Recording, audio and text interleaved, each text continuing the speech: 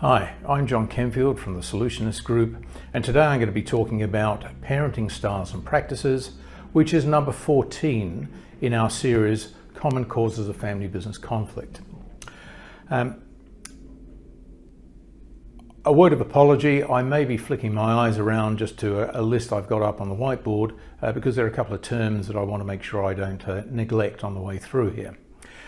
Many times when we unravel a family business conflict, which I've been doing for well over 20 years now, we find that it is convenient and perhaps honest to go back and identify that problems in parenting long ago may have been part of the cause, may have been the entire cause of the conflict in the family right now.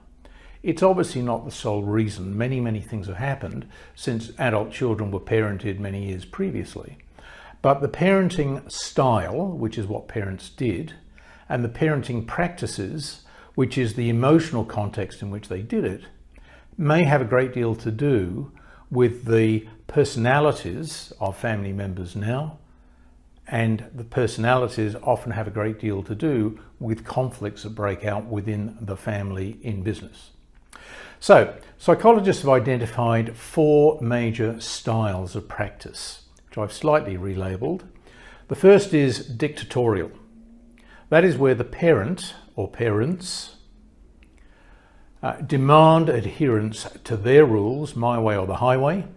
The rules may be fairly arbitrary and made up as they go along, and it is a demand for obedience, and the enforcement of the discipline that represents is called punishment.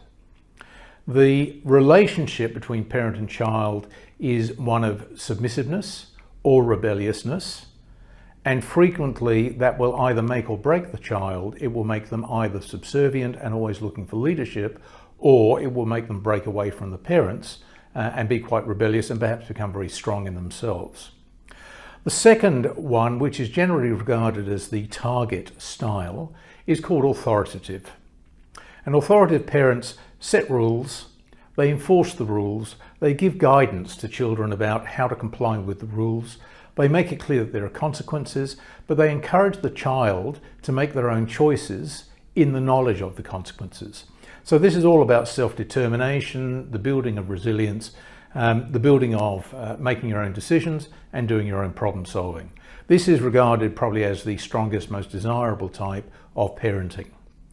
Then there are the 2 below the line styles, and these are the uninvolved type of parenting. The first one is called permissive or neglectful. And in this particular mode, the parent sits back and indulges the children to do more or less what they want to do in the belief that they're just children, they should learn. And that sometimes goes right up into teenage years, or the parents discover that because they haven't set up any boundaries at a younger age, their teenage children simply aren't aware of and don't know how to apply boundaries.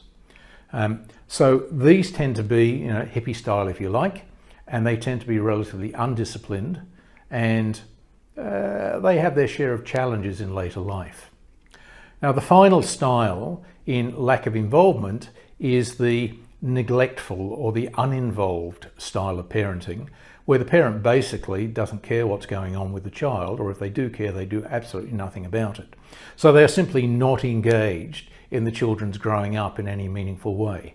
So the child lacks proper parental role models, they lack proper adult guidance, and they grow up often pretty much at sea in the world because they just don't know where to turn because they simply haven't had that guidance in the formative years. So what's the solution to all this? Well, you can't turn the clock back and change the way that children were parented. You can't have parents being unreasonably guilty and then compensating for the mistakes they made when they were busy trying to build a business when the children were growing up and pay more attention to their business than they did to their children. All you can really do now is acknowledge the mistakes, or acknowledge the perceived mistakes, or acknowledge the consequences in terms of current behaviours which could be blamed on those previous mistakes. By exploring them, by going through the family narrative, by talking about what happened, what didn't happen, what should have happened, the family is in a position to replay, make acknowledgements, make apologies, and as far as is possible, lay the skeletons to rest that are creating so many problems now.